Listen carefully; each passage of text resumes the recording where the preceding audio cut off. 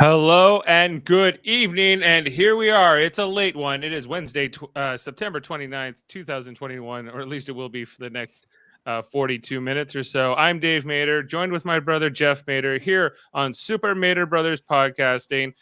We will be joined by Jaemeel Robinson. We expect in a short time as he's catching up from a long day at work and watching the episodes a few minutes behind us. But here we are. Jeff, how are you doing tonight? Pretty good. A little late night, but luckily I have tomorrow off. Oh, well, good. I do not, but I will be on vacation as of Saturday, so I can tough it out for the next 2 days. So we are here. Late one was we had Survivor tonight as well on CBS, which I did watch earlier, and we're going to be talking about that tomorrow here on Super Mader Brothers because we've been doing this Big Brother podcast for 12 weeks. Since all these 16 people came together in this house, and now only one stands, and his name's Xavier, and he is the winner of Big Brother 23. Jeff. Yeah, who would have saw it coming, Dave? Not me. Well, I can tell you who did see it coming. Me. I'm the one who drafted Xavier first overall in our draft, and I didn't get a chance to pick him, so. No one else did except for me. I also was bestowed randomly the first overall pick. So does it really count, Jeff, if I win with the first pick? No. Sounds good. Sounds good of a win. What if I had won with Frenchie? That would have been a good win. That would have been a good win, but I would have had nothing to do with picking him. It would have been what you guys left me. If Jaemeel had won with Ozza tonight, that would have been a hell of a win.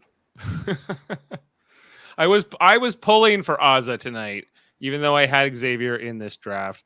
And I put this notch in our little, we have like an ongoing tally of who's won the most seasons. Until recently, I didn't do so well, but this year, Big Brother Canada 9, I had Tashawn and I won with him, even though I thought his name was pronounced Tycon originally. And then I now tonight win with Xavier, both black winners, Jeff, in both Canada and the U.S. this year. Of course, even more, maybe more prolific in the American version with the Cookout Alliance. The greatest alliance of all time is declared by Christian. Right. I mean, okay. I mean, how many seasons has Christian watched? Like, for real? Maybe one. Yeah, I mean, you could say that all you want, but then they were a good alliance. I'm not trying to say they weren't, but they were dysfunctional as hell. And there were a lot better, tighter alliances that went a lot further in this game and made a lot more sense toward the end of the game. The end of this game was messy and didn't really make a lot of sense. And you could see it in the broadcast tonight. Yeah, and we're going to break down this whole episode and just everything we saw, just so we don't forget. So right off the start tonight, to start up the episode, we it's Julie talking about how we're going to get the first African American winner. It took 23 seasons to get here, and it was only from the fact that this season was so diverse with its casting that this was even possible. For six black house guests to kind of get together and make sure that they got to the end here. So that was the story. That was kind of like the whole story of the recap, even leading into it. It's been kind of like the story, at least for the last 5 or 6 weeks, at least, especially since we've gone to the jury phase, because the producers love to tell the story of what alliance dominated the season. And this has been the level 6. It was Royal Flush for a while, but then it became the Cookout once Royal Flush kind of was flushed, and the Slaughterhouse was set up originally too, if you can remember back that far.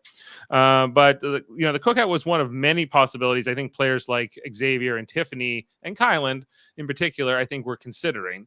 I think they had different options. I think there was, I think in the back of Tiffany's mind, she was looking at all girls alliances and different possibilities for getting to the end. And this is the one that seemed to stick, and I'm happy for it. And of course, Xavier is the ultimate beneficiary of that. But of course, also Derek F wins runner up at 75,000, and Tiffany gets America's favorite house guest tonight at 50,000. So all Cookout members as well. And then got Ozza, Kyland, and Hannah, who did, they don't go home with quite as much in that scenario. Yeah. Okay. There's a bunch of things in the finale tonight that I had thoughts of, and I mean, mostly the Kylan stuff kind of stood out to me. No. You know, both the first question that was asked and also the whole explanation of the nephew stuff, and like they didn't get into it as much, and rightfully so, because I don't think it was ever gonna.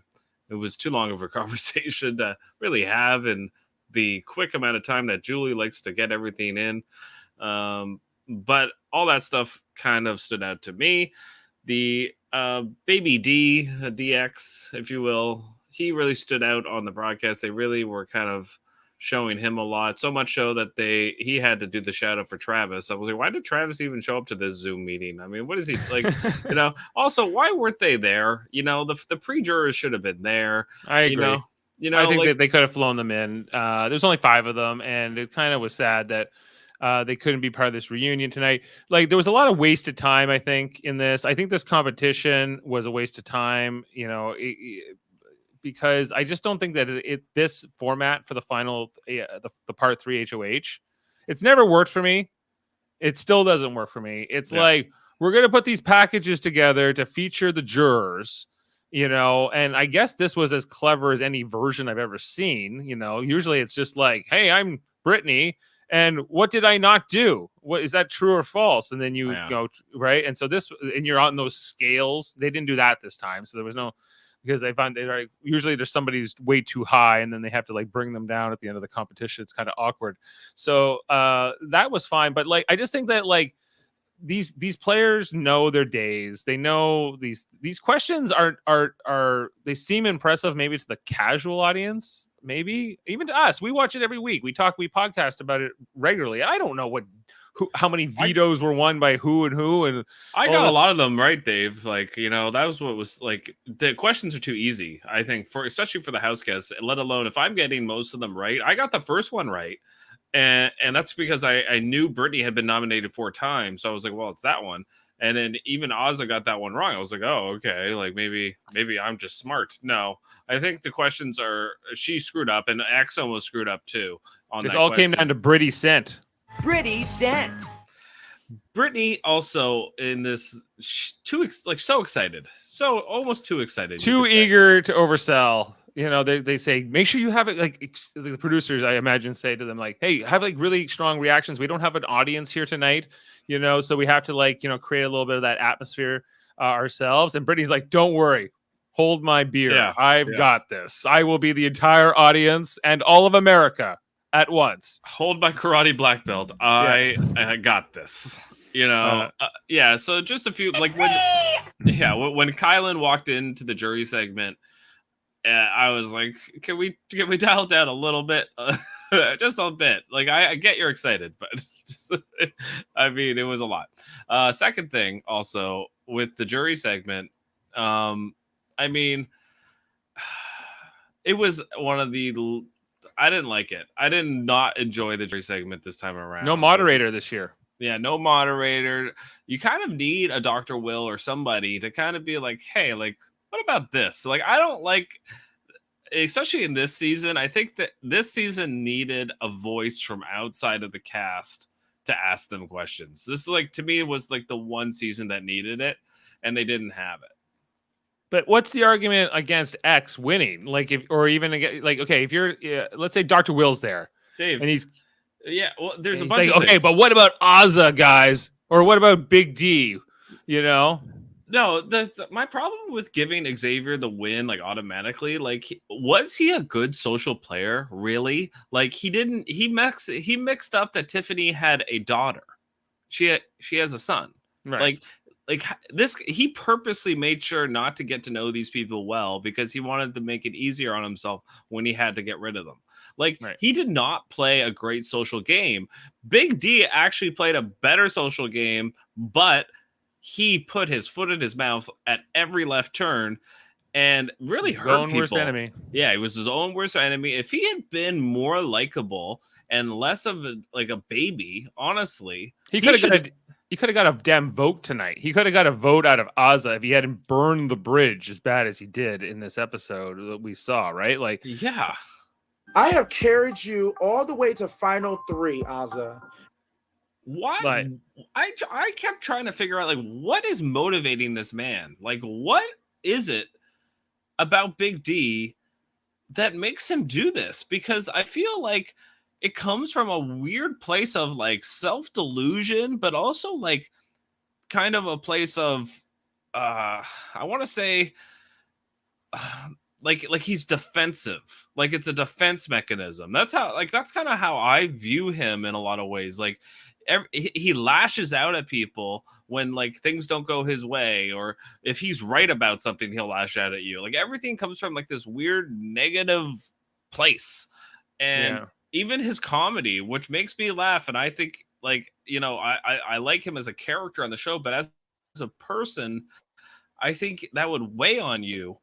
And I think like everyone was laughing at him tonight, and I don't think he cared, and I don't think he like I even think he really was noticed. clueless. Like he's just not he's not a fully self-aware person. He sort of is in some respects. He knows how to work a room. He knows how to get laughs, but and sort of be endearing at times. But he's also got this really negative, mean side to him. He's got this chauvinist side where he thinks like men are better than women, I think, quite frankly. And I think that, he looked down, he looked, his negative viewpoints on Ozza and even like Hannah and Tiffany and other members of the women in the house, I think were exaggerated. I think he gave favorable viewpoints to players like Xavier and Kyland and others that didn't, more than they deserved as well. Like he put them up on a pedestal, and he put other women players really low, And so when Ozza's now sort of in his way, this player he's been like best friends with, really the one who was his friend when no one else would be at certain times. Ozza, he's turning on her, and you're going like, what are you doing, man? Like this has been your best friend the whole time, and now because you want Xavier's, I guess, approval, you're going to kind of torch that and burn that bridge, and she's now going to not only not take you, but she's not going to vote for you either. She's also a potential juror, even if you get your way. This episode was heartbreaking for Ozza in so many different ways, Dave. Like the fact that she screwed up the first question, and the question was about Brittany, her maybe other closest ally in this game from the beginning, other than Big D, and she screwed that question up. And then all the other questions, they all got them right. I would have loved to have seen this go to a tiebreaker, and Ozza had won, and she said she still would have taken Xavier. I much would have preferred the jury having to decide between those two people. And I also think Xavier, yes, he did the easy win or whatever here. I think it would have been nice, and I know this is a game and people are going to roll their eyes, but I think he should have taken Ozza to the final two here.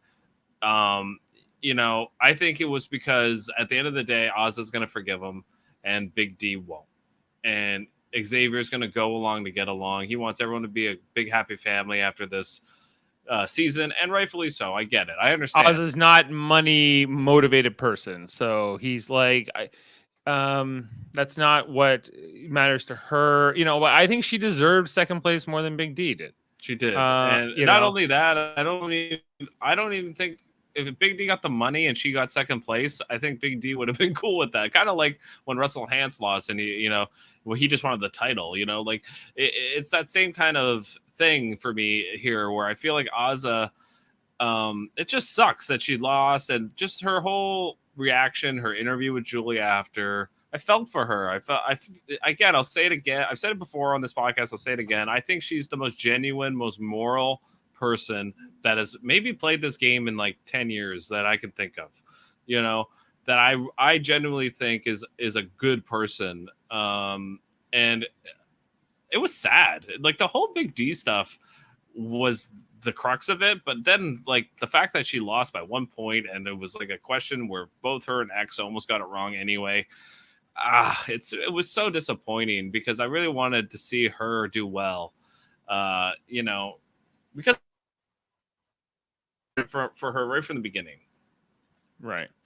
I agree with you completely. I think that it would have been nice to see this happen. She almost did win it tonight, and Xavier, I don't think many people, many other Big Brother players could have knocked him off. Once he got down to this final 6, like he was a man possessed. Like there was nothing that was going to stand his way, even before that.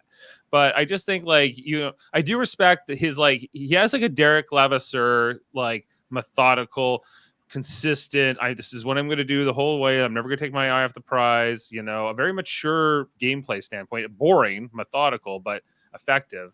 And comment here from Debbie saying like, he deserved the win. X deserved the win. He played the best game, and Derek F didn't deserve final 2. But that's the thing about being in the final 2. It's like this idea, like, well, we always want the 2 best house guests to be in the final 2, but that's never going to be the case. Like, unless you get like a Cody Calafiore taking Derek at the end, right? Yeah. And he shouldn't have. He should have taken Victoria, and he would have lost. He lost, right? He decided to lose, though, in a way.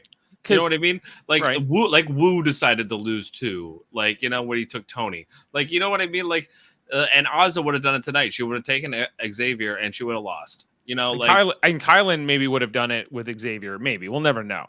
But if Kylan was the final HOH and he had to choose between Big D and Xavier, I think he probably would have taken Xavier because he wanted that whole like the best of the best at the end. And I don't know. I don't trust anything that Kylan guy says, honestly. Like, just like with his whole thing tonight, where he was like, "What? I watched it back. It was perfect. It was great." Like, it was very Trumpian what he was saying. I was just like, dude, like, what? Like, like, I don't know. Like that, I wouldn't trust that guy as far as I could throw him. Honestly, yeah. I thought he got off light tonight. With the whole thing, I thought he was, considering how much of a villain moment that was last week, where when he was evicted, and then he basically, I heard it. Like I can listen back to the clips too, Kylan, if you want, and it's hey, well, it's just unfortunate your nephew has nobody to look up to anymore, and like he's it's that's what he said, like.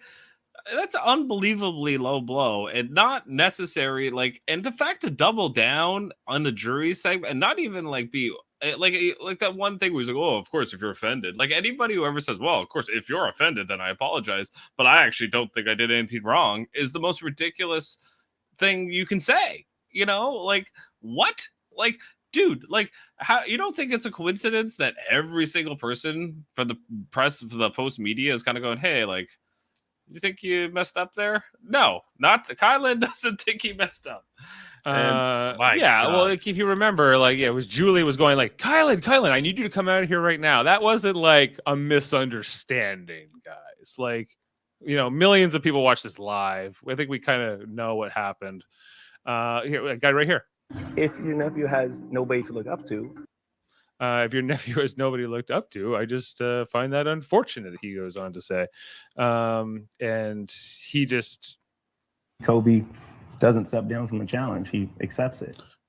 Yeah, I mean, I thought the whole, Kobe thing, raising him to be a man and face challengers and stuff. Are you talking about my nephew right now? I'm asking about if, like, named after Kobe, Kobe doesn't step down from a challenge. He accepts it. I highly suggest you stop talking about my nephew. I think that's not really up to me. I think that if your nephew has nobody to look up to, that keep talking about my nephew. If your nephew has nobody to look up to, that is going to figure out how to raise him. Kylan. Julie's waiting on him. Kylan. Waiting on him. How did he watch that back and went, no, I wasn't in the wrong at all. I listened to like the Brent Walgamot broadcast the other night on Twitter, and he was like, yeah, like every press member who came through, they asked him about this, and he answered it exactly word for word every time, exactly the same. He had the exact same response. Like, this is how he is.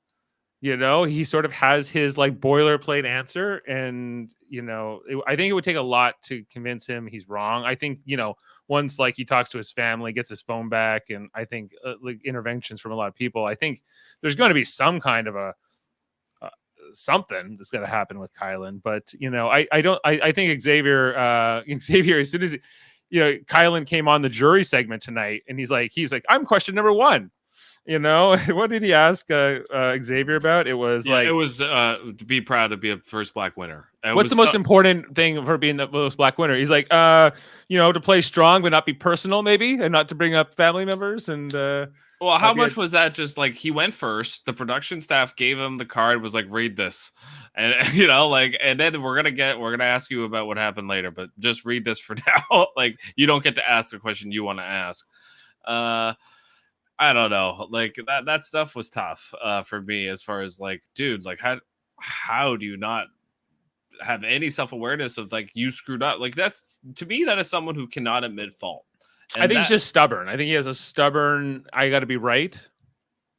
Yeah. And you know what? Like, these are young people that go on this show, and I can understand that. But at the same time, come on. Like, this is brutal. Like, this is like, there's no defending this. There's no thinking you're right about this, in my opinion. Like, I wanted to see a confrontation happen in that moment, but I didn't. You don't bring kids. You don't bring, especially one who just lost their father. You don't bring that into live TV. Like, no, like, like, I don't know. Yeah, and then of course maybe a less egregious sin, but also like when he got to the jury tonight, Kylan, he was like, well, let's admit it, Hannah was kind of useless, just like Big D was, right? Right. And she's like, are you equating me to Big D? Are you? And he's kind of like, yeah, kind of. Right. Okay. All right. So here's where I can understand this point of view. I don't agree with it, but I can understand the point of view, because Hannah was not tight with Kylan throughout this game. I don't think they were ever tight. They were in the cookout, sure, but they were never taking each other anywhere past final three. We saw the scene where Tiffany and Hannah were trying to convince Kylan, and what did Kylan do? He went after Tiffany and Hannah immediately. Like, they were never so. And Big D and Kylan were tightly aligned, okay, throughout the game, really. And for me, that makes more sense. I get why Kylan said that, because if I played a game like this and I was tight with someone like a Big D, I would be biased. I would, because you just played 80 some days with somebody, and the other it's a cutthroat game, and I'm going to be biased probably by the time I get to jury, Right. So I think everyone's got a bit of a bias. Right. So I can understand kind of like why Kylan said that, but at the same time, I don't agree with him. I think Hannah was a way bigger threat. He took her out for a reason. She was mad about him taking her out because he was all about strong people, strong threats, blah, blah, blah, blah, blah. Go to the end with the strong people, which was all nonsense. That's why it's like he didn't care. He was going to take X to final three and try to win and cut him and take Oz or Big D. That was his plan. I think, can't prove it, but yeah, it's. I suspect that Kylan is full of shit too, and I think there's evidence to suggest as much, because I think when he turned on Tiffany when he did, I think that was kind of the big indicator of kind of like, like maybe Kylan's not as like all about pure loyalty and sort of what he said yesterday. It's kind of about what's convenient for tomorrow. Also when he had to cut Sarah Beth, like they all had to cut their people, but you saw it there when he was the HOH and Brittany went, and how he kind of played that.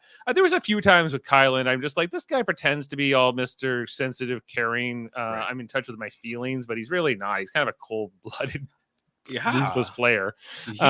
Yes, which I kind of encourage from players, but not to this degree where it's like to a level of phoniness that is, I don't think very attractive, not rootable. We were actively cheering for him to get ousted at some point, to get his comeuppance, as Jaemeel would say. Yeah. And yeah, so like for me, he was the crux of this whole final episode, and he was the fourth, he finished fourth, He finished fourth, and I think the producers were almost trying to like put that past. I don't think they want that to be like the only thing that people talk about with season 23 is that when Kylan brought up Kobe, the nephew, and it was nearly fists thrown. But how can it not be like one of the biggest things of this season? It is for me. I mean, for me, it is. And this whole and I want to get to this comment from Debbie here, where she says X would have won regardless of who went up against him. Okay, I have a few thoughts about this, because if she's talking about the final three, I think Azza would have lost, But I think Ozza would have had a chance to get a lot more votes, maybe 3 or 4 votes, and it could have been a 5-4 vote. I really, truly believe that could have happened. But here's the deal. Like, I think Xavier was given way too much credit by people like Claire, people like Sarah Beth, and that credit should have went to Tiffany in a lot of ways. Tiffany was really the mastermind player in this season. But who gets credit for getting Tiffany out? Well, it was Kyland that got. But wasn't it Xavier that got Kyland or that steered Kyland in that direction?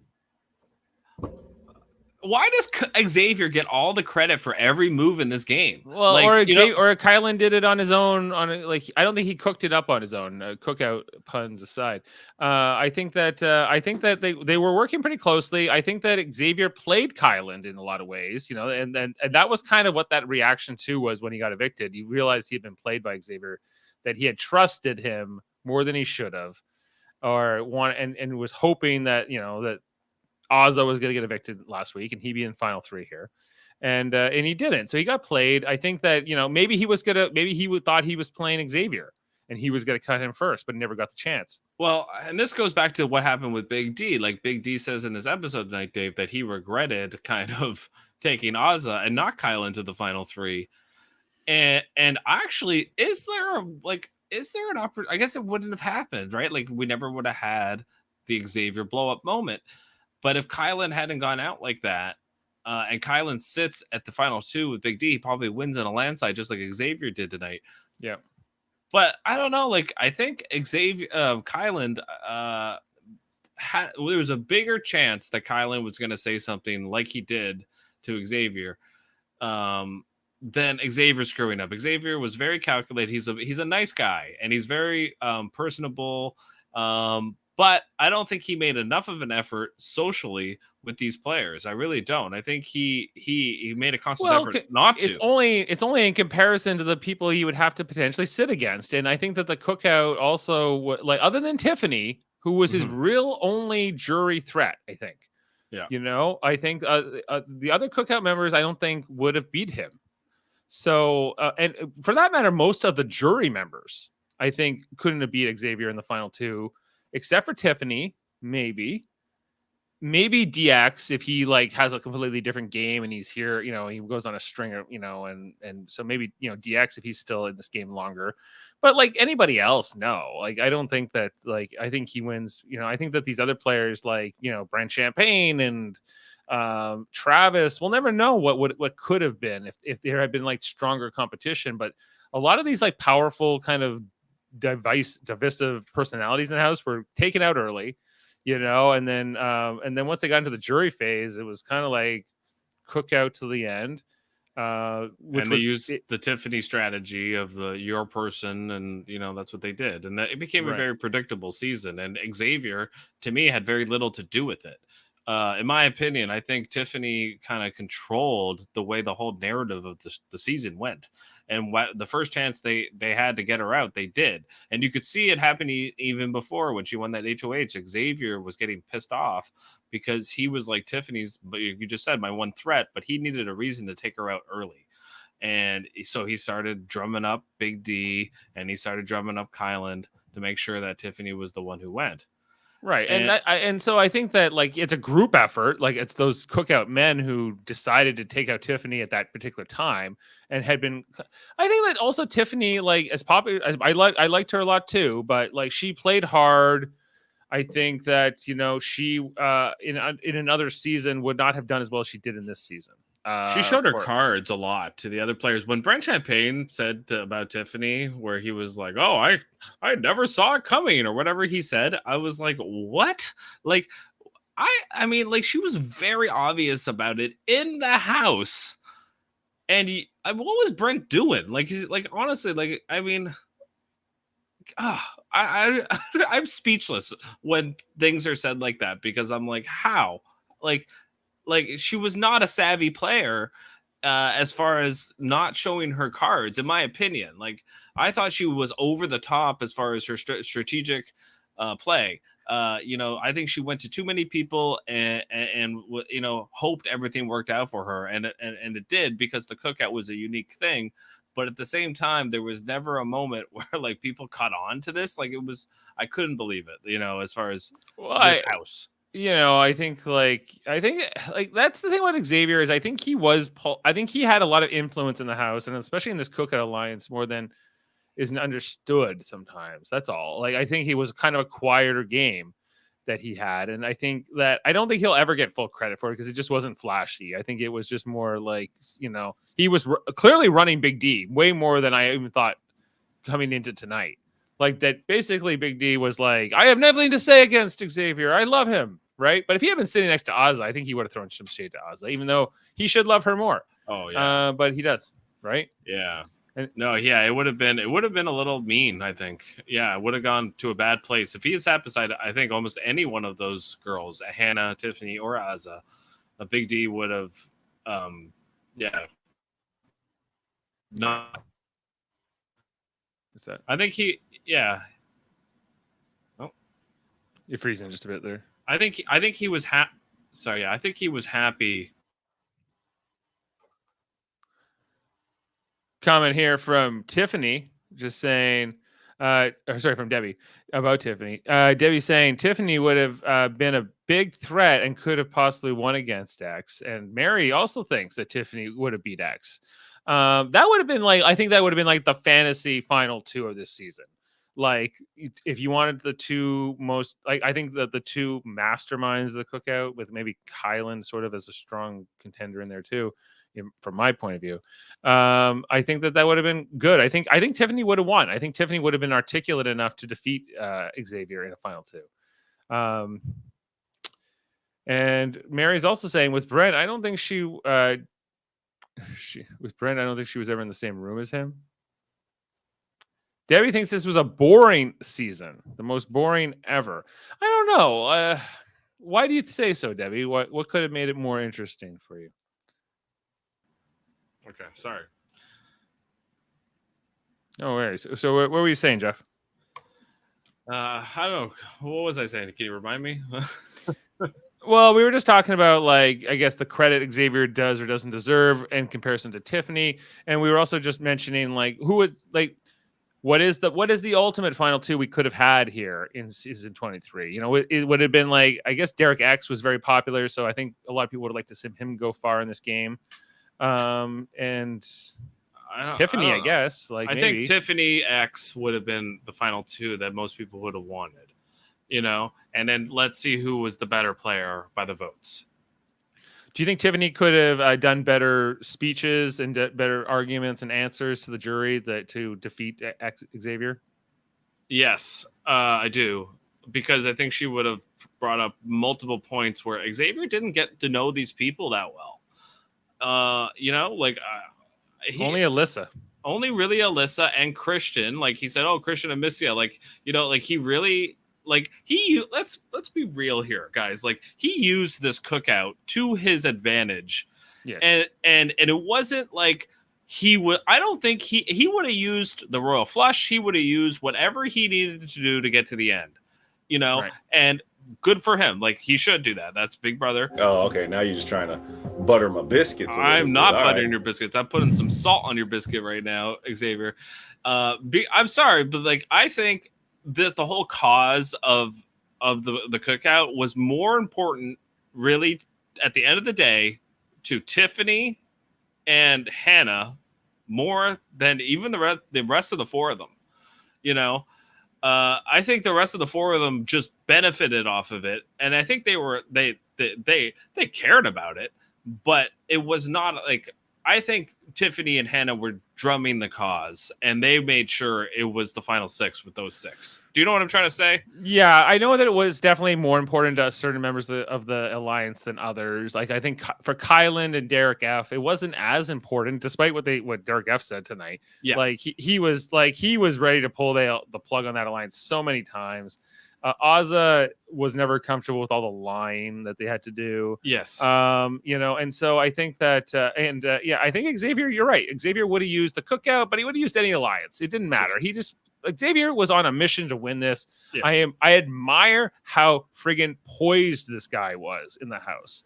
You know, even tonight, he was so controlled, so measured in his answers. He is like, even when he knew he had, especially when he ran the gambit, he got all 8 questions in this challenge. He was just like, yep, got it. I know I've got it. I know he's just, he talked about being a division, like basically a minor league basketball player, you know, Division 2. So like that's right below like NCAA.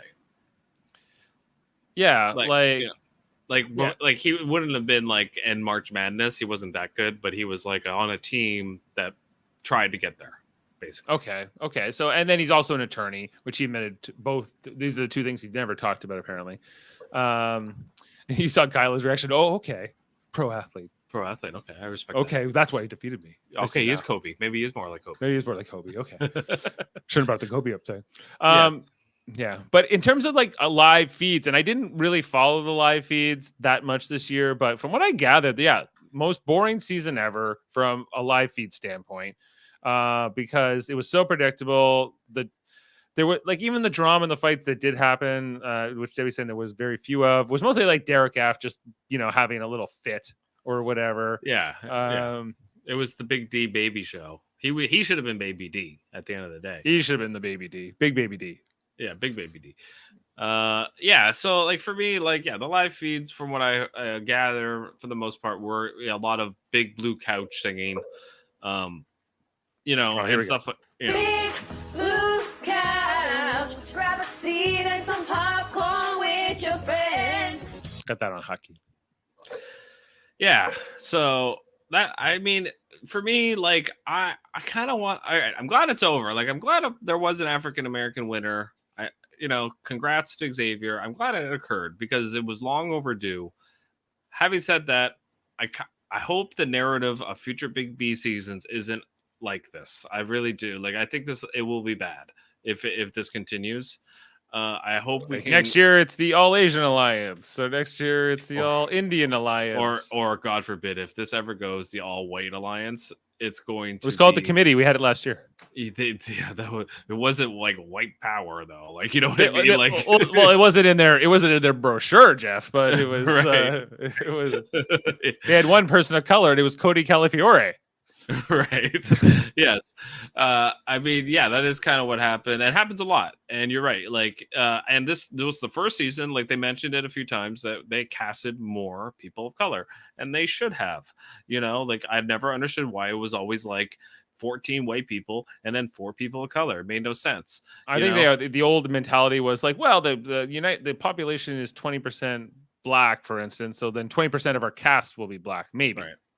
Right. Or maybe not. I think that's silly. I think, like, I think, just cast who's good. Like Jaemeel says, like, just cast who's good. And they always cast like 8 women and 8 men, right? They always do. That's true.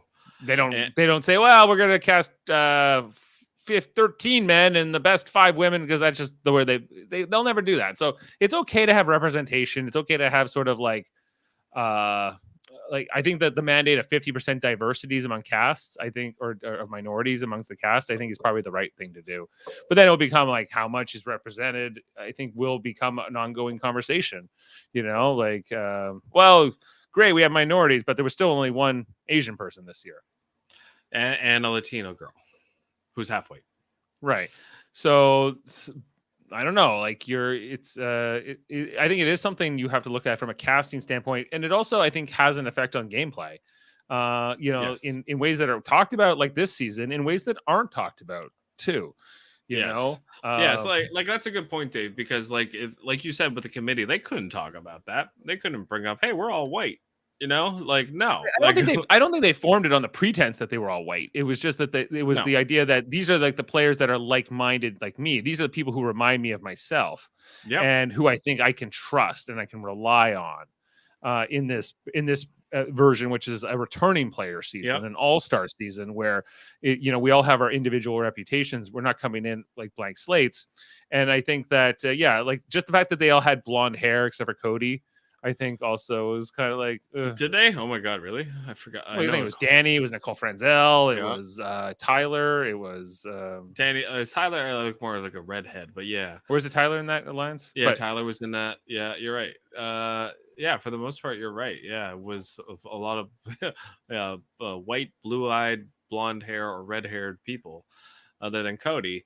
But I don't think that had anything to do with it. I think that had more to do with it was pre-game like Memphis alliance. and Christmas and Memphis and Chris. It had to do to me more with pre-game alliances. And that's the whole problem with these all-star seasons. They should sequester these people. They should never like give them heads ups. You know, like I get they can't, I guess, but at the same time, like I hate that. I hate that they do that with the all-star seasons. That's why I feel like the newbie seasons are better for the most part, most of the time. But you know, not this one. well, okay, here's good point here from Debbie saying like next year, okay, this year there were like, you had Brent Champagne, you had Claire, you had Frenchie, all the white people in the house, and they didn't know what was happening. But like some kind of had inklings at times, right? Like we know these from the feeds. Like Derek X was actually calling it out before a lot of the other white people were saying it out loud. And I wonder next season what the sort of reaction to this will be from the white players. That's why I don't I think this is like it needed to happen. It was long overdue, but I think this season dividing ourselves based on racial stuff is even in a house of BB and it's a reality TV show and it's a game show is I just think it's not good for society that watches it, basically. Like I mean, I think this is just divides people at the end of the day.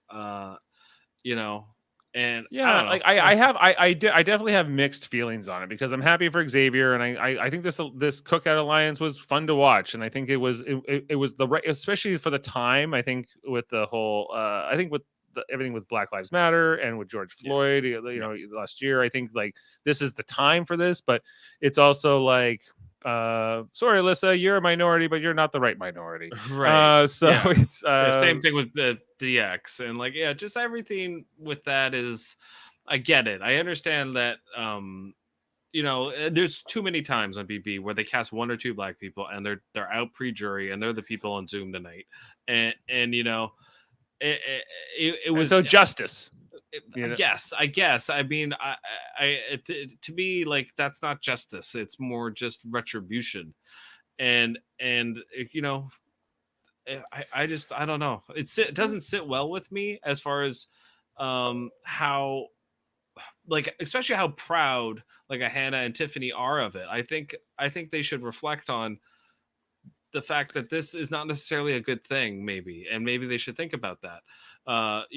Because I do think once they get outside the house and they start to see, how other people have reacted to this, I think they're going to maybe question. I think they should question. They should reflect on it. That's all.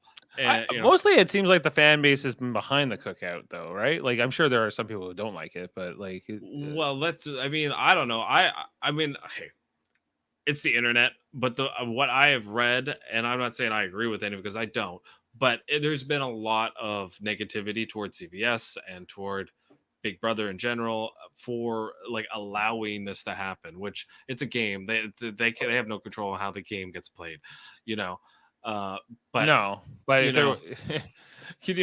there was an alliance that was like outwardly saying we are the white people again together, right. Yeah. Would CBS allow that to continue? No, I don't probably think not. they would. No, they probably wouldn't. And they might, but they would. The difference is, like you just said, the committee kind of did that.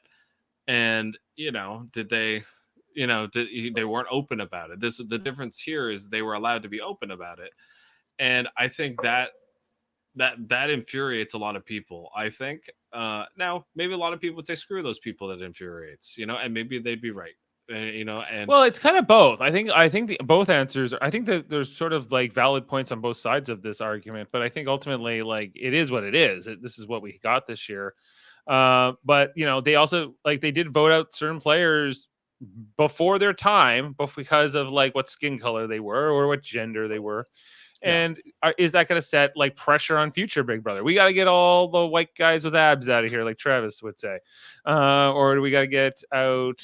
Certain, I don't know. Or or conversely, do we have to get all the minorities or the black players because we're afraid that they're working together? I don't know. I just think kind of like what Brittany said tonight is true. Like when she said she got up there and talked about her autism or whatever, and said like I didn't tell you guys because I wanted you to see me for who I am, you know. And yes, you don't get to not tell people you're not black. You don't get that's an evident thing, you know. But I think the principle is important here that people, we have to judge people who they are as people, not their background is just a small fraction of who they are as people. And that's right. You know, look at the differences just in the cookout of personalities. You know, they're not very diverse, very diverse, and just in personalities. And I think that is what Big Brother to me is about though, you know, those people coming together and, you know, those personalities banging off each other and figuring out who can kind of manipulate their way kind of to the top. Here's Here's the thing too, though. Like if this was an all guys alliance or an all girls alliance, we wouldn't be like wrestling with the morality of it in the same way. You know, for whatever that's worth, you know, I think the fact that these six came together ultimately with Xavier being the winner. You know, these six came together with like very different personalities. It really shouldn't have worked. And I think a big reason it did work was because Derek F, even though he wasn't a good player and he's objectively bad, but his alliance used him in a very intelligent way, a very strategic way, which was like, he's just getting into fights with Tiffany all the time. So Sarah Beth or he gets into fights with Kyland all the time. So Sarah Beth's never going to think they're working together. Not all six of them, right? It was kind of a smoke screen. So his place in the alliance, his place in that toolbox was important. And he wasn't the mastermind. He wasn't the architect of the cookout like he tried to sell in those these little jury answers tonight. But the alliance worked just because also Azza. I don't think the alliance works without these particular six individuals. Right. Like they're functioning and dysfunctioning at the right times. I think it had a lot to do like with what you just said, Dave, about Big D. And I don't think he was given any credit for anything, you know, because his personality is so abrasive. And you know what? Rightfully so. He was very mean to Azza. There's a bunch of things in this season where I think he deserved all the criticism he got.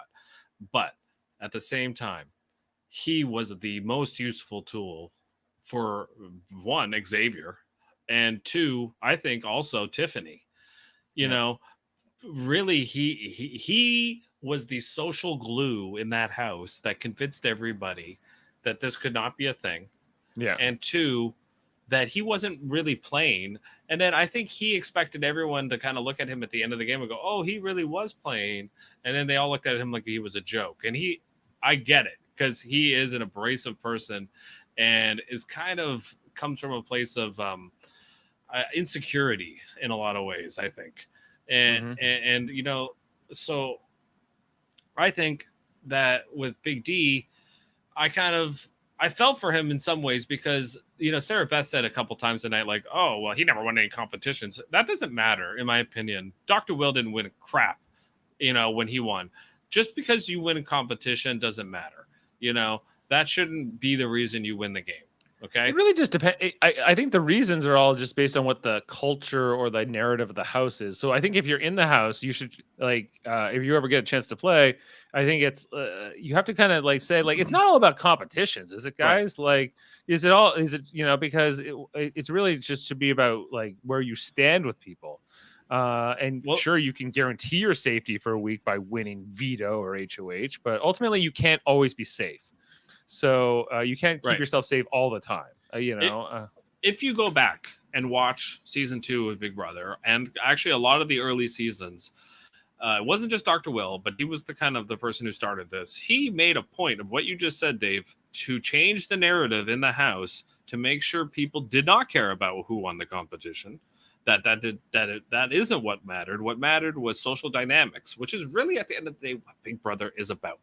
You know, the competitions And the strategic maneuvering is important, but not as important as social dynamics and how you get along and how much people believe you're if you're telling the truth or if you're feeding them BS, and we never, and a lot of times in Big Brother, I feel like it's going away, but we would see blow-ups, we would see fights. We were alluding, Debbie was alluding to it in here in the chat earlier, on the live feeds. Rachel Riley, famous for her blow-ups and her fights with a bunch of different players. There's a bunch of different examples. Evil Dick is another one. Amanda Zuckerman. Like, this happened for a reason. And the reason why it occurred was because at the end of the day, the reason why Big Brother is longer is because it shouldn't be about, okay, we just got to get through 6 days. Right. If it was a shorter stay, it'd be too easy. Yeah, like, it shouldn't be about, like, okay, just get through the 6 days. Okay, we got a competition. Okay, we got the veto. Okay, that's decided. Moving on to the next week. That's what happened this season. And it's not just this season. It's been happening a lot. And I had a thought, Dave, and I want to get your opinion on this. All right. I thought tonight was the representation of everything that's been wrong with Big Brother for the last 5 seasons of who sat in the final 2 chairs. Okay, so we had Xavier and Big D. Okay. Yep. To me, they represented the one player that I blame the current state of BB on, Paul Abrahamian. Okay, on one hand, we have Xavier, the guy that really didn't get to know anybody in the house, but played, went along to get along, was a nice guy. I think this is the way Paul Abrahamian viewed himself, a good strategic player that kind of did everything right and made sure and didn't really want to get too close to people.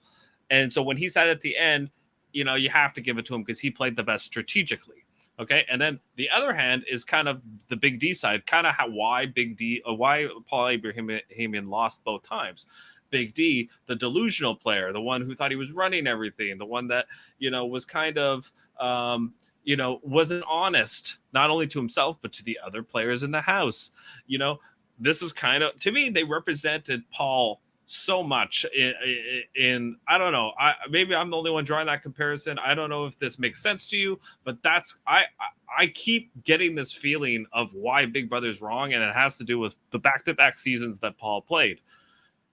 I think that I agree with some of what you're saying. I think that there's definitely been like the group think mentality in the house for a long time now. I think that there's often like sort of a head or a 2 or 3 people in the house who are sort of like running the game, if you will, pulling the strings, are have made all of these alliances or these connections that, they can sway influence very quickly and make sure that, things go their way. So I think that, like Paul was the strongest example of this because he was the one returning player brought in a season full of newbies. And it was so obvious in that season. But it happens in almost every season, whether they be new or returning, where you get like this dominant alliance that usually is not public, and they are able just to kind of methodically work their way down.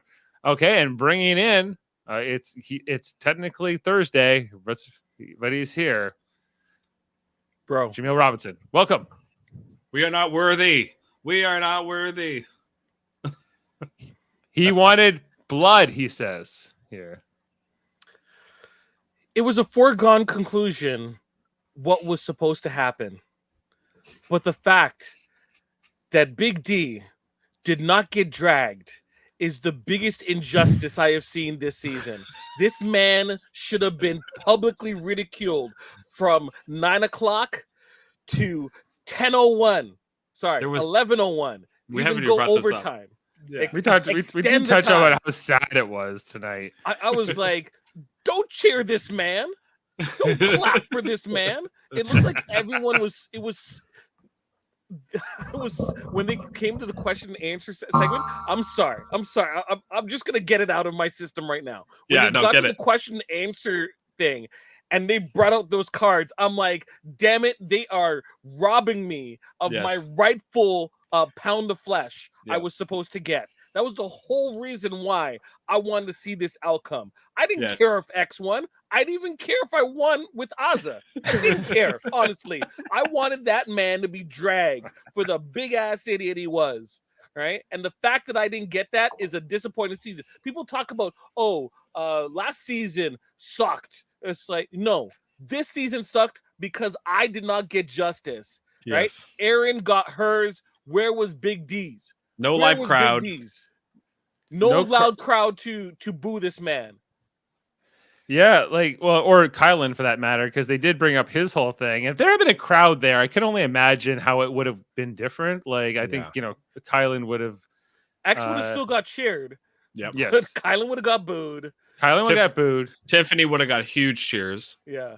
Yeah. X too. And I think with Big D, yeah, I think like, well, even the jury was just flat out laughing to him at certain parts tonight, where they're just like, "Okay, man, whatever you say, ha ha ha." They were hoping Tiffany was gonna go off because every single time he said something, they were like, "Cut to Tiffany, cut to Tiffany. Let's see if we can get her rolling her eyes or anything." And it seemed like halfway they gave up and just went to Chada for the. When he created the cookout, you know. So I formed a cookout to make that goal happen. Remember when that happened? They say that in jest now, like it's a punchline now. Right? Yeah, I agree that they were especially soft with Big D this whole season compared to other players like who did less or said less offensive things, got roasted way more at certain times. Yep. I for whatever reason he got a pass a lot, and including tonight. Although I think like the viewers can make up their own minds. I think they stopped protecting him in the edits, and just were showing him being mean and cruel here to Azza tonight, especially in the first hour of this, where they were leading up to the final. This man almost screwed himself out of a guaranteed final two. He did his damnedest. He tried.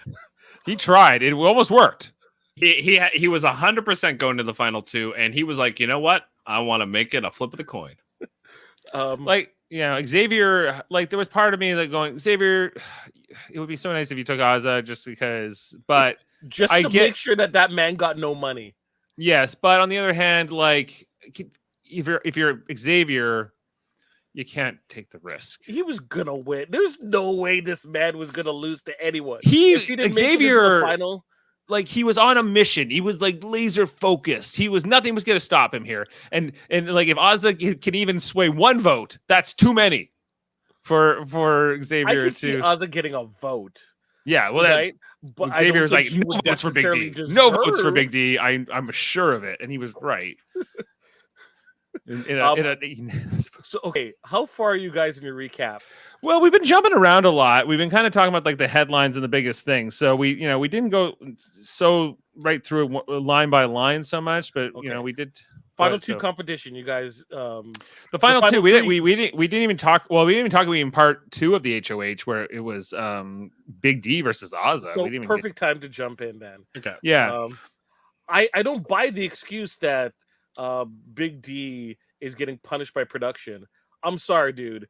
No, Azza was crawling too, right? So she wore yoga pants though and didn't scrape up her knees. That's his damn ass problem. Then he didn't want to wear the yoga pants. He wanted to wear shorts. I'm sorry. Get some knee pads, bro. Yeah. Apparently he walked out there. Amanda was saying, and he was like, "Well, I'm not winning this." Ask production for knee pads. Apparently, unless it was going to be a bench press competition against Azza, that was the only thing that would have suited Big D's. That's the thing you would have been excited about. Look, if Christmas broke her leg, when Christmas broke her leg, I don't think she complained as much as Big D in terms of competition. It's not like she was like, "Why isn't there any wheelchair races for HOH?" Like, dude, you race the race that's in front of you. I'm sorry. If you're not built, that's your problem.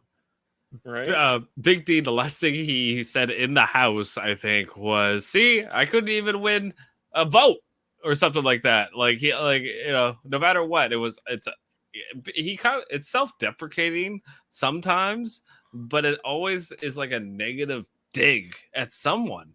You know, like even the thing It's a where bitterness. He's bitter. it's a bitterness. He was even doing it with Xavier when he said he was a lawyer tonight, and he's like, "I told you," and it was funny. I laughed. That was funny. But it you know, and I enjoyed it, but it still comes from like this like negative, bitter angle always with him, and you know, I think I don't know. It's hard to like him sometimes when you realize. Well, especially you the know, conversations with Ozza, right? Where Ozza's like, I never would have not considered taking you, and I'm playing with my heart. He's like, well, I Yeah. made a deal with X, and I have to honor my deal. And, like I didn't understand that, Dave, at all. Like, okay, it's Ozza's decision to do what she wants to do. yes. Oh, it's just because he doesn't like it. Because no, I'm not letting that pass, Dave. It was Oz's decision to do what she needed to do. Correct. Absolutely. Not even Jeff, an argument. Jeff, you understand what I'm signaling here. I'm Yeah. like, She play the should've song, Dave. should- Play the song. Do what you need to do.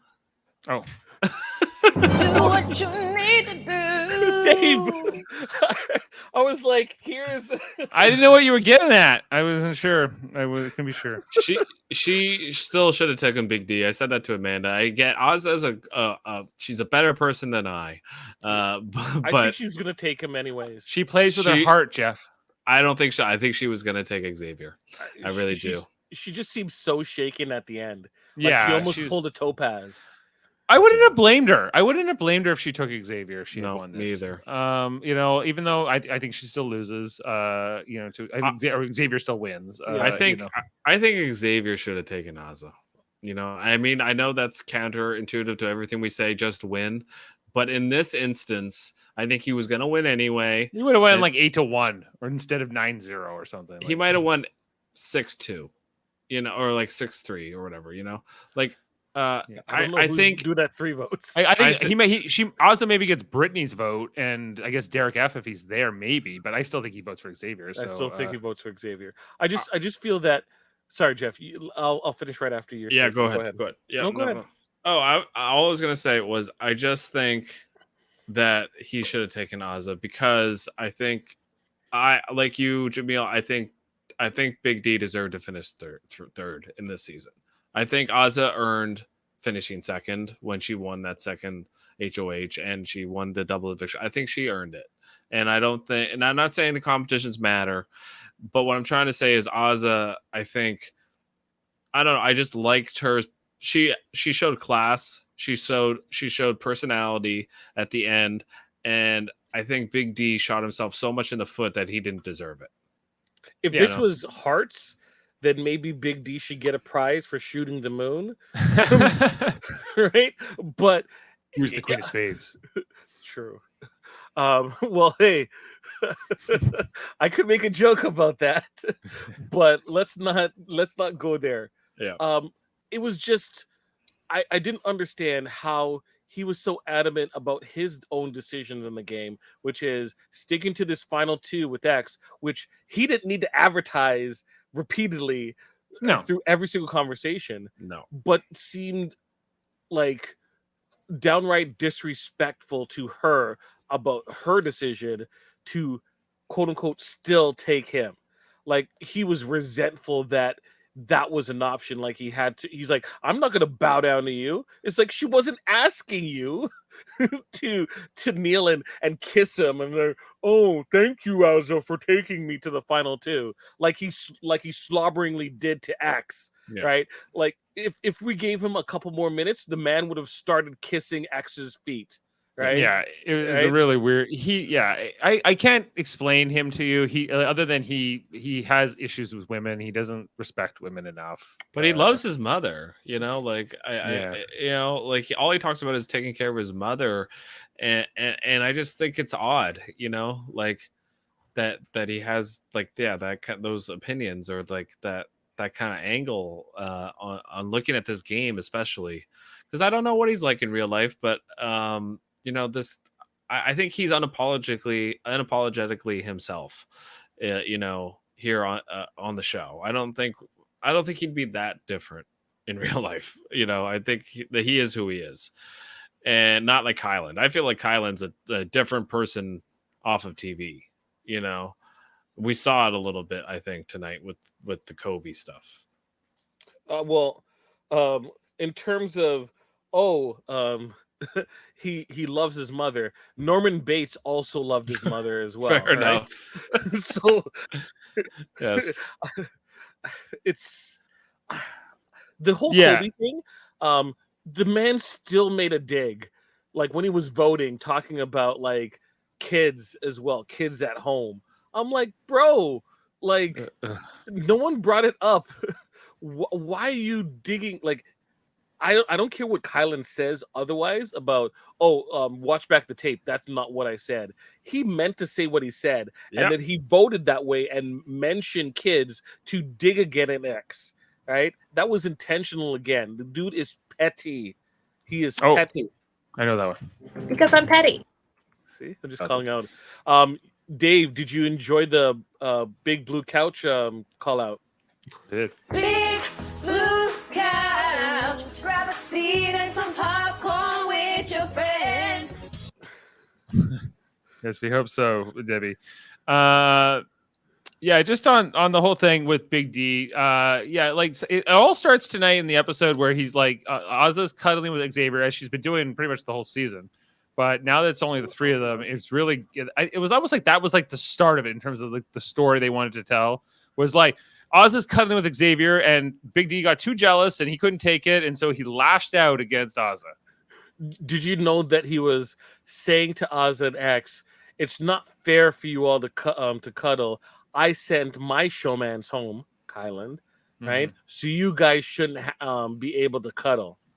That's why he was so resentful. Yeah. The more Yeah. he's talked, the more damage he's done while I've just kind of been sitting back. So now I'm kind of in a great position. Yeah. I think he was super nervous that Ozza and Xavier were becoming a thing, and they were going to take each other no matter what. I think more than anything, he wanted to just sit in the final two chairs and be remembered. I think that was what this was about for Big D. He wanted to be remembered and get some money. And get some money, but I don't know how much he needs the money. I'm not going to go there, but I do think that he wanted to be remembered here more than anything. Yeah. Yeah, and I think he will be, for better or worse. The worst BB player of all time. Of all time. Well, time. Yeah, but just Xavier, everything was just falling to Xavier's lap, you know? I'll take it. He'll take it. Dave, where would you put X in terms of like the pantheon of winners? Is he a top tier winner? Is he a middle of the road winner? Or is he Dave hasn't seen all the seasons. I can only tell you of the seasons I've watched, which is from 15 onwards, and plus all the Canadian seasons, 1 through 9. So I would tell you that I think from the American standpoint of the winners I've seen, I think Xavier's a better winner than Andy Herron. Really? That's I think Xavier is. I don't think he's as strong as Derek Levasseur, but I think he's in like a sort of. he's not in. Don't go there. He's not in his orbit. Dave's like, I made the best choice of all time. Is he equivalent to a Steve Moses? I guess. I get like okay. Better or worse? Let's take the Cookout out of the equation because, like, I just feel like we would put him higher just based on the Cookout alone, but Steve Moses' path to the end was a lot more difficult than X's was. Okay, so the adversity faced is sort of like giving him more Well, credit. I mean, in terms of personal agency, I feel Steve Moses had more, so I would count his win higher than X's. But I would put like, was X's better than Mickey? I shouldn't have personal feelings, so I think X's win is better than Mickey's win. Mickey never felt like he was in danger in the sense that he was in total control of the game. That doesn't necessarily make him a better winner, but I would say a similar winner. like I'd say like I would put Xavier above most of these winners since 15, except for maybe Derek Levasseur, and I guess Cody Calafiore from last year, if you want to consider him one of the better winners of recent years. But again, it's a boring methodical strategy. I almost think it's like the same game Cody played last year compared to what Xavier did this year. Fair enough. And I would not put him in the Will, Dan, right, sure, Derek, like upper echelon of like winners where they just were just on a different level completely. Like if they were all in a if they were all there, like X would be the odd man out, honestly. Not just because he's black, but because I don't think he has the big brother resume as the rest of them. Right. And right. You can partially say, Dave, that he didn't necessarily have the opportunity to because he was in a different type of situation than all of them. Right. So I think if X ever comes back, I think that we might be able to see more of his full capabilities. But at the same time, I don't think he would be given, especially how the game is played now. I don't think he'll be given the opportunity to stretch his legs in the game. I agree. I think if he ever played again, he would be targeted early and fast, and right away. So he's kind of like one of these players that right time, right place. I think the circumstances with the Cookout, I think, worked to his advantage. Because and I think his big move, I guess, was cutting Tiffany as soon as he could, and then Kylan later on. But I would say let's because we could kind of do a post-mortem on it. His biggest move was controlling the end game. Let's be honest, right? Yeah. Controlling the end game. And when I say that, I mean accepting opportunities when they came with Kylan and winning when he needed to. And it was a very patient game, I think, that Xavier played, right? And so I think that's maybe a restrained game. Yes, just like I know that he feels that his social game was extremely good, and that's why he was kept off the block, which, if comparing notes, there was a lot of situations where he was protected by the Cookout, but let's not put that as a knock against him because the Cookout protected the Cookout as well. So the same advantage that he had, Kylan technically had, and Big D had, because they could have easily been in situations where they were gone. Hannah had. So right. I am trying my best to try to negate that thought process, that easy pitfall of thinking, well, he did nothing. That isn't necessarily the case. When he had the opportunity to, which is the end game, which is the same for every single person who's in the end game, he took advantage of what was given to him. He played well, right? Which is like your ability to take opportunities, your ability to actually perform, and your ability to not treat people poorly on the way out. Those three factors make him a good winner, and I'm happy that he is the winner of this season as opposed to the other option that we have.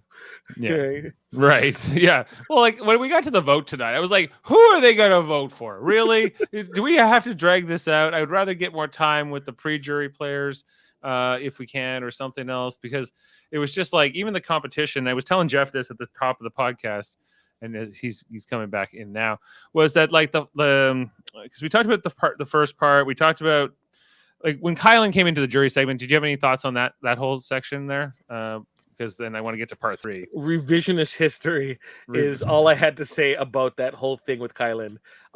That was, someone should have been, that is the biggest load of bullshit I've ever heard from Kylan. He like what did he say we about got Hannah? Screwed.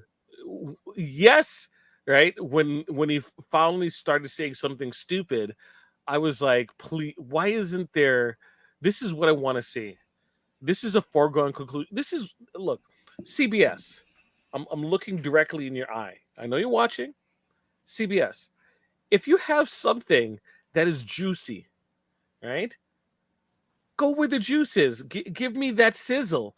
Don't like, oh, well, we're going to spend time making sure that everyone, has an opportunity to say their piece about whatever difficulties and opportunities they have.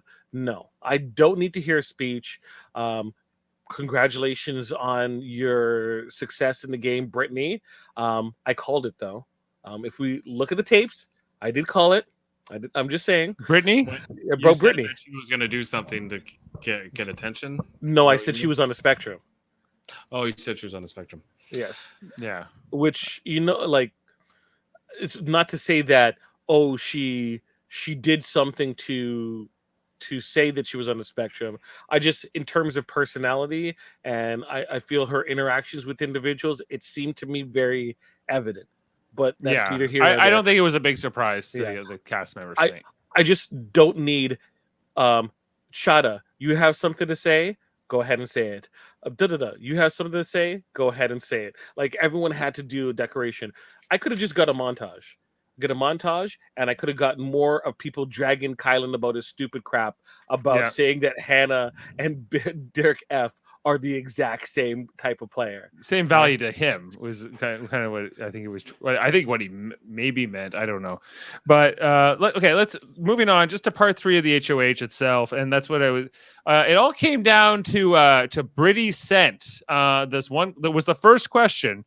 Because Ozza and Xavier went on to get the rest of them right. And I thought that they were kind of, we had, what do we have? We had DX, it was Abs After Dark, Sarah Beth and Beth Sarah. We had Crystal, Claire, Super Psychic, Alyssa the Amazing, Turbo Tiffy Toes, Green What's with the Tiffy Toes? I don't know. They love their Tiffy Toes. Green Hand Group, which was, I guess, Hannah's. Yeah, for Blue Man Group instead of they're like, what rhymes? What should we do for Hannah? Well, the first part of her name rhymes with man, so let's make a man. I don't know. And then we have Spoken Word with Kylan, which was actually kind of funny. Yes, but you didn't like a BS with SB.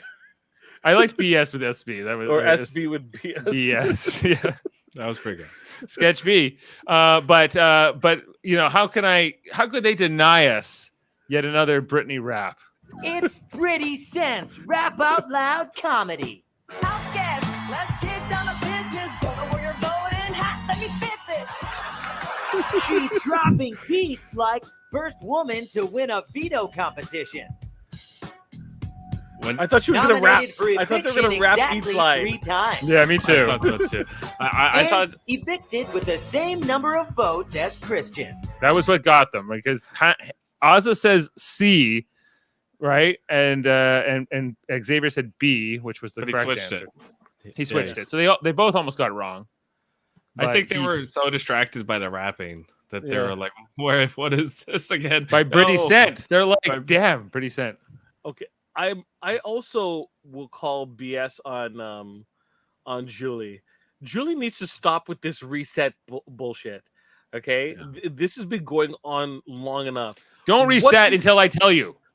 But you can see, like, it's causing like people to doubt what they're supposed to do. She calls it for some people, and she doesn't call it for other people.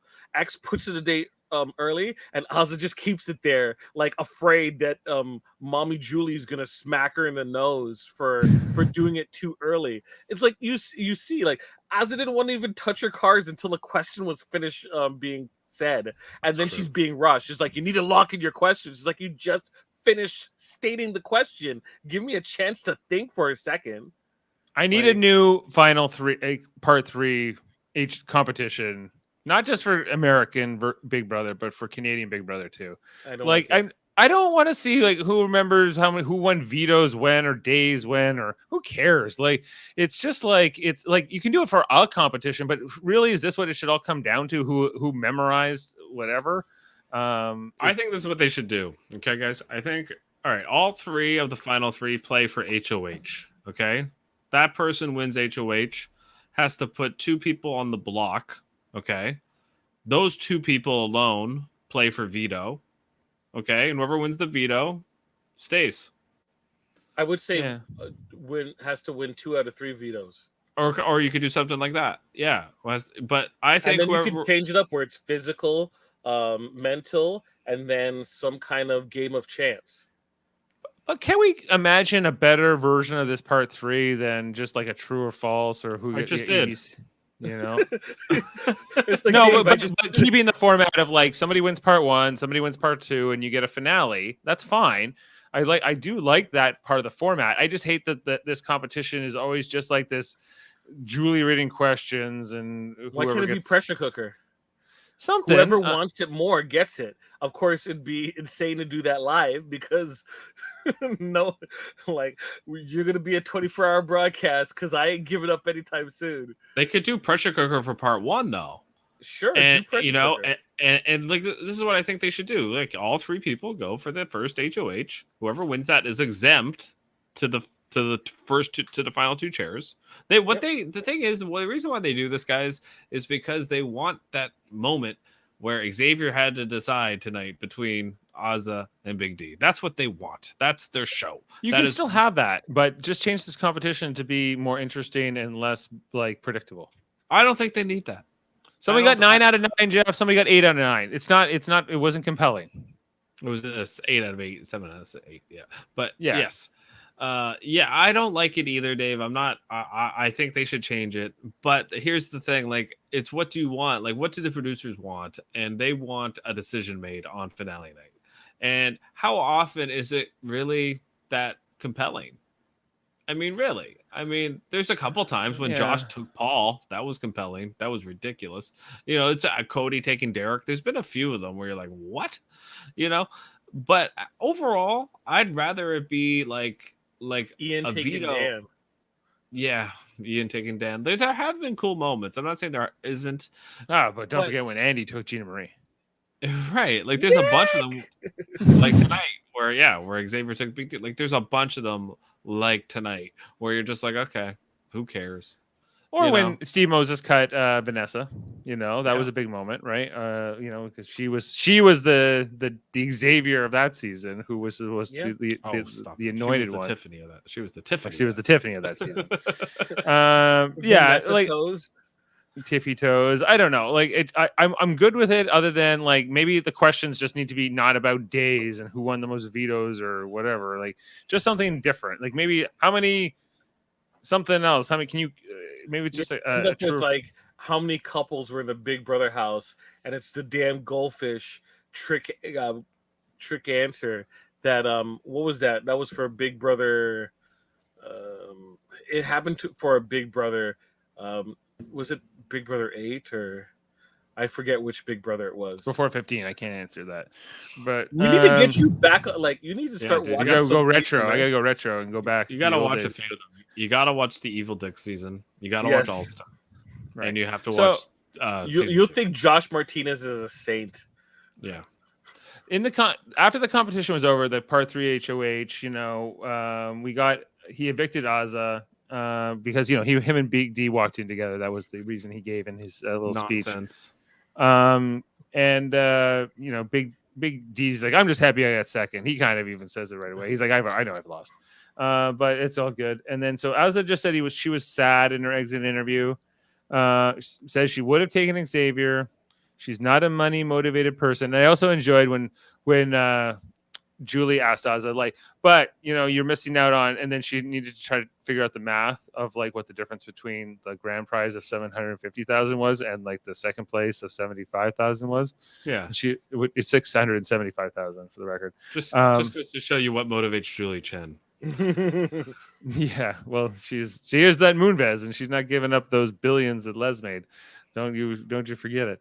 So I love that moment. Just the fact that Ozza said that to Julie Chen's face, I loved, you know, because I think some of these celebrities like Julie Chen need that said to them every now and again. Oh my God, there are people that are not motivated by money. Yeah. Oh my God, you know, like it's so rare. You know, she loves Ozza too because Ozza's like religious as well, right? So they have that in common. Right. I got my Jesus. You do have Jesus. I have him too. Like Yeah. But I have them with diamond necklaces on. But you also, yeah. Right. Well, Jesus, God said, "Give Caesar unto Caesar," and I got it. If Ozza was just like, it's easier for a rich man to go through the eye of a needle, a camel to go through the eye of a needle, than a rich man to enter heaven. If that something like that was thrown at Julie, oh my god, her head would explode. The Chenbot would explode. So the second hour of this episode tonight was kind of like dull, I'd say. Like this, did this have to be 2 hours? But I guess so. No. But the jury was brought out, standard here. They brought out Ozza because they were all hoping it was going to be Big D. They didn't want him to get second either, but he did. And then, there's we just went into the questions after that. We talked about Kylan's question for Xavier, and how the getting that out of the way. Were any of these other jury questions interesting to you? No, they sucked. No. And okay, this is the other thing. I don't like production giving them cards. Hey, Kylan, read this. Hey, stop it. Like that's the one thing that they do way better in Survivor. It's a open round table. They give them time to actually. It doesn't have to be a live show. Like Survivor does quite a few things better than Big Brother, and that's one of them. Right. Yeah. The only answer that was compelling was from Xavier, because like when Alyssa asked him stuff like, what was your biggest mistake, and he doesn't give an answer. He goes, well, it was like I got too close to my teammates, like that was my biggest mistake. Like it wasn't. So we should have just yelled bullshit. Yeah, the most compelling the praise that Xavier got like tonight, like I was saying to Dave earlier, Jaemeel, like it was ridiculous. Like they acted like he was this greatest social player in the history of the game, and he wasn't. He didn't even know like Tiffany has a son, not a daughter. Like there's a bunch of things like Xavier did. He purposely didn't get to know these players. Why though, right? Because he wanted he wanted to be able to make it easier so he could vote them out, from what I've heard. But I mean, why everyone's giving him so much praise? Like, he didn't play like the worst game. He didn't play an awful game, and I've already kind of mentioned my feelings about the game he played. But the thing is, like, you're seeing wrestling rules in effect, and wrestling rules are, right? You don't crap on the person that beat you because that makes you look like garbage. So X is a great player. He even beat me, right? That's what I felt I was hearing a lot of. That, and the fact that I think there was a decision made by the jury to be nice, and that's what we saw. Everyone was playing nice. Yeah, they didn't want to be bitter. But like the best answer was like when Derek X asked Lucius a question. His name is Lucius. His name is Lucius. And then like Xavier actually gave like a really thought out answer where he's like, yeah, I had to get out like certain threats like you at certain times. And that, and eventually like that allowed me to win. And Derek X is just like, great. You told me exactly what I wanted to hear, because I was never wanting to vote for Big D anyway. The two Dereks didn't like each other. Yeah, I mean, like, yeah, this was kind of my problem. Like, there was not even a consideration for Big D, and I'm not saying there should have been, but it was like, I don't think this praise for Xavier was warranted. Like, I feel like they were not going to give it to Big D, so they So they then had nothing say to do. So say that, like, say why, like that, like Jaemeel wanted blood. I wanted it too. I just wanted something that was real tonight. Like, it was all like playing nice, and I don't know. It was like they didn't want to humiliate or demean Big D, but he deserved it. He was an asshole. He deserved it. Like, they should have said, like, screw you, Big D, and guess what? None of us are voting for you tonight, or something along those lines, without giving spoilers maybe away. But either give him praise or give him hell. Give, or a little bit in between. Somebody give him praise, somebody give him hell. Like it was just a lot of, Xavier's great and Big D, you're there. And it's just like, come on, like, like Big D did something to get there. And they were, there was an was alliance with Xavier. That was kind of the best thing he did. There was one good question that I think it was SB asked to Big D, where she said, "Well, other than covering for the Cookout and getting in fights with the Cookout, like what else did you do in the game?" That was probably the best question that was asked. Do you know what his answer was? Tonight. it was not good. I remember that. He Yeah, says I it ran the whole cookout. That was Yeah. what I did. I like even the fights. I ran those. Oh my gosh. I just ran the whole thing. Yeah, he's delusional, and but like then so why isn't someone being like, okay, Big D, that was a delusional answer or something? It was just nothing. It was just okay. Moving on. I don't know. Nobody. I guess maybe anybody who tried didn't get very far in the past. Yeah, maybe right. Yeah. Okay. And so, and then Oz's question: why U over X? And then his answer was, I put in the work. I put in What the kind work. of You know? like? I put in the work, and Xavier didn't put in the work. I put in the work. I ran the cookout, It's and maybe like, Xavier too. it's like someone doing a high school math question and just putting the answer, right? Yeah. And then it's like, show your work is like, and then circles the entire question and the answer. I put in the work. It's like, no, I just see you come with the conclusion. I don't see an answer. I don't see your work to lead to that answer. The only thing that were like answers was when Xavier answered Kylan's question, which was not really an answer. It was more like, I'm going to give you a response that's going to include what I think of you right now. And then again, when Xavier answered Derek X a little later on, but only because the question was directed to Lucius. So it was that was the only other like interesting thing I think that was said in this whole segment. Otherwise, it was a snooze. And boring, and could have, then we got those pre-jury players on screen. Really only Christian got to speak, I think, of any of them, and Brent, I guess, got a little. Brent got a minute, and Travis only got 2 seconds because DX mentioned him. Yeah, and like Frenchie was there, but not even named, I don't think. No. And who was the other? Whitney. I don't think Whitney. they never showed her. How much Frenchie? Frenchie, yeah. Like I don't understand. I guess with COVID, they just didn't want to have them there, but I don't know. I think that's a travesty that the Dodgers are playing full stadiums and they can't fly 5 people out to LA because of COVID. Give me a break.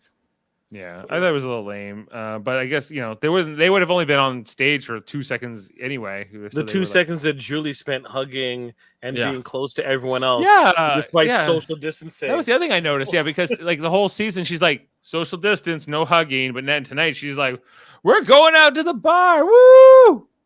Yeah. It's nonsense, like the fact there was no live crowd, like even for the finale, I get it for maybe the whole season, but not for the finale, nothing.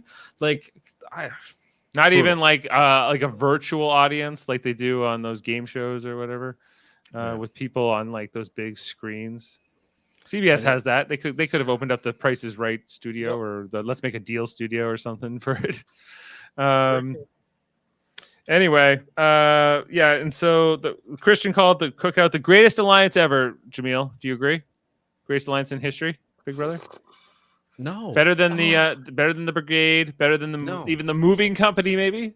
They're the most dysfunctional good alliance in BB history by far. That's what I'll say. You can say the most successful. You can say the most successful, but the best, no. I would put the Quack Pack above them. I would put the Brigade above them. I would probably put Chilltown, even though it's 2 people. I would put them above them. What about like level 6 though, or something like that? Oh, stop it with the level 6 and the committees and they're more recent. But Jaemeel, what do you mean compared to like the Sunsetters or something like that from the Big Brother Canada? Pretty Boys, yes. Or the Pretty Boys. I think the Pretty Boys maybe a better comparison. Not the Sunsetters, because the Sunsetters really kind of broke up long before the. No, they're for life. Sunsetters for life. Life, like they got to, 4 out of 6? Yeah, Sunsetters did. Yeah, 4 to 6, Sunsetters. But Cookout was 6 out of 6. Even level 6 themselves, who had 6 in their name, they were 5 out of 6 because they lost Winston along the way.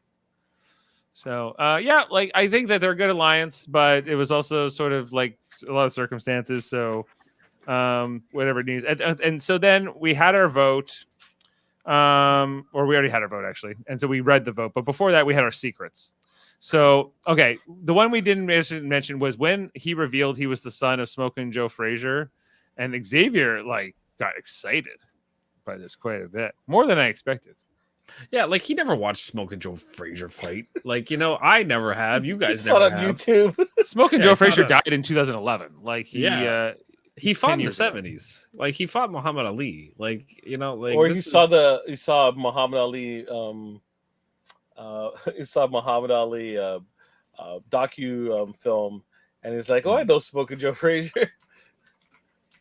Yeah, and so he was just like, "Oh my god, I saw that Frazier tattoo and whatever." So yeah, that was that. We it was the. He said he wasn't a Frankie Grande. Didn't want to be labeled a Frankie Grande, so that's why he What didn't an reveal his annoying celebrity. relative of a celebrity. Yeah, an annoying relative of a celebrity. He thought that's why people voted Frankie out. I don't think that's why they voted Frankie out. I would have voted Frankie out because he was Frankie. Yeah. Hashtag Who no wants grande. to sparkle like a Frankie? And Xavier told his story about the whole. I am a model, and but I'm a Division II basketball player, and I am an attorney. And everyone's like, "Yeah, we already know." He's giving me lawyer vibes. And it was funny just how Derek reacted to that. And then Brittany needed her moment as well to reveal her autism.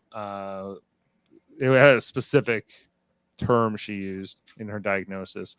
And thanks to everyone for accepting her. Good stuff. And I mean, the one thing I did like about what she said was that you know she didn't want to tell them because she wanted everyone to see her for who she is, which I think most people should, you know, stop. Yeah, like labels are labels and they don't define you. Man, I need friends. Yep. and you got Kylan, who said he didn't back down about anything he said. He's like, I was just making an objective statement. It wasn't really about your nephew. And so we were playing that at the top of the show tonight as well, before you joined, Jaemeel. Just with like, we were listening back to it. Like, I don't know how Kylan can see that moment so differently, if he really believes what he's selling here, or if he's just trying to deflect. Or do you think he believes what he's saying? I think Kylan does believe what he's saying. I think he's the type of person that believes his own hype. Yeah. And he, from his perspective, he said nothing wrong, and he came with it with the best of intentions. Goodwill and best of intentions. I don't think he did.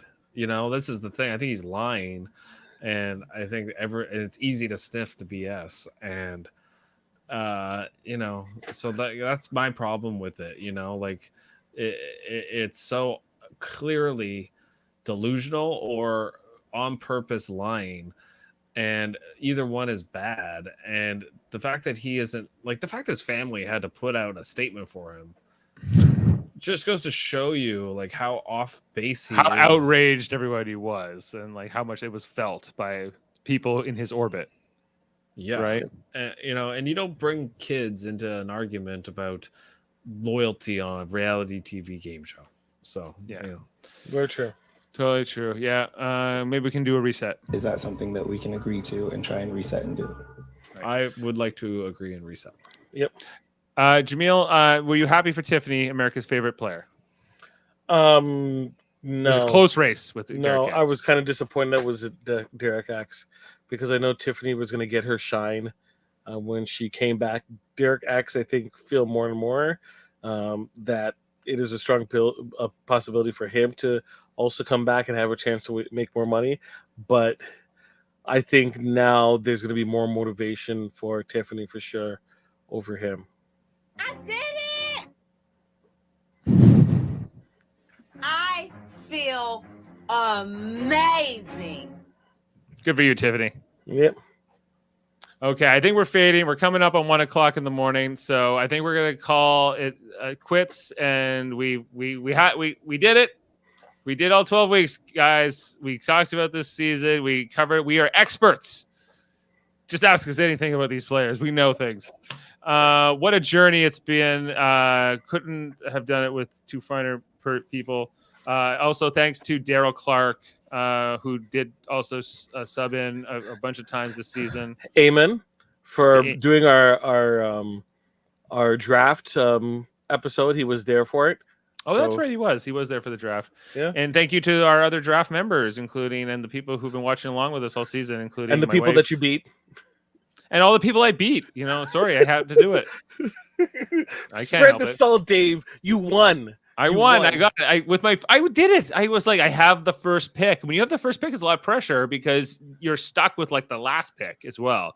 So you only get one shot to pick it. And I did it. So you I practically got the second person out and the last person out.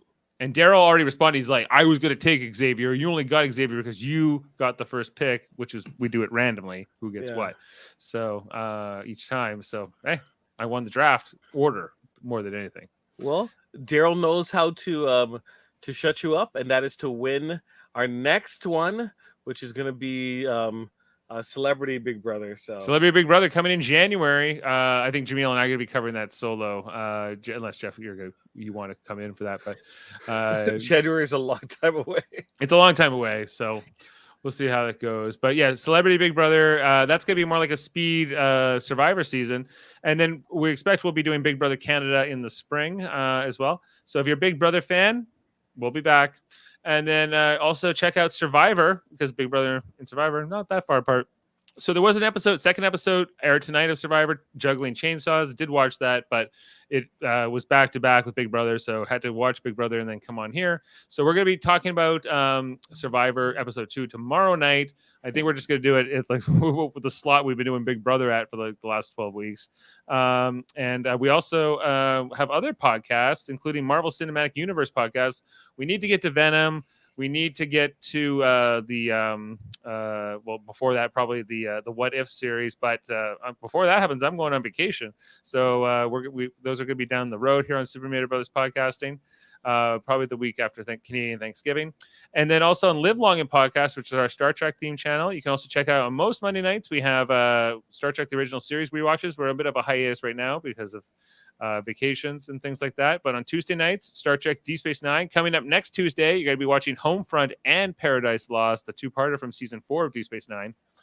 And as well, every Thursday we talk about Star Trek Lower Decks, including tomorrow night we'll be talking about Star Trek Lower Decks season 2, episode 7, which is the newest episode. I don't know anything about it yet, but we're going to be talking about that with Davin Skellhorn from Locutors of Trek, which is another Star Trek podcast. He's a cousin of Jeff and I's, and so he'll be talking about Star Trek Lower Decks. And check out our third channel, Trivia Debates, our monthly channel where we argue about movie, TV, sports, and more. And Eamon Mader's podcast, my son. He's off at school right now learning audio recording technology, and he does a good job. His podcast is let's talk about fighting games. Computer, turn on Spotlight. So My automatic light went off. Yeah, it did. It looked like, is this the big one? Is Dave the first of many to get hit with the big one? Yes, let's talk about fighting games. You can watch it on anywhere you listen to podcasts. So Dave, continue, please. Yes, so that's it. That was the last plug, and I thought I could get in before 1 o'clock hit, but not so much. So that's a signal we all need to get to bed and get on with it. But and also it's now September 30th, 2021. So I don't know if it's a happy Truth and Reconciliation Day here in Canada, but it is a somber. Wearing orange. I need to get to my orange. Jeff's got the day off. He's a federal I was employee. wearing orange earlier. I wore it for work. Yeah. There you go. So anyway, that's it. Thanks for being with us this whole time and listening to us go on for all these hours. Really appreciate it. Okay, until then, let's get some Julie Chen to take us away. I love me some Jesus. From outside the Big Brother house, I'm Julie Chen Moonves. Love one another. Jesus. Good night.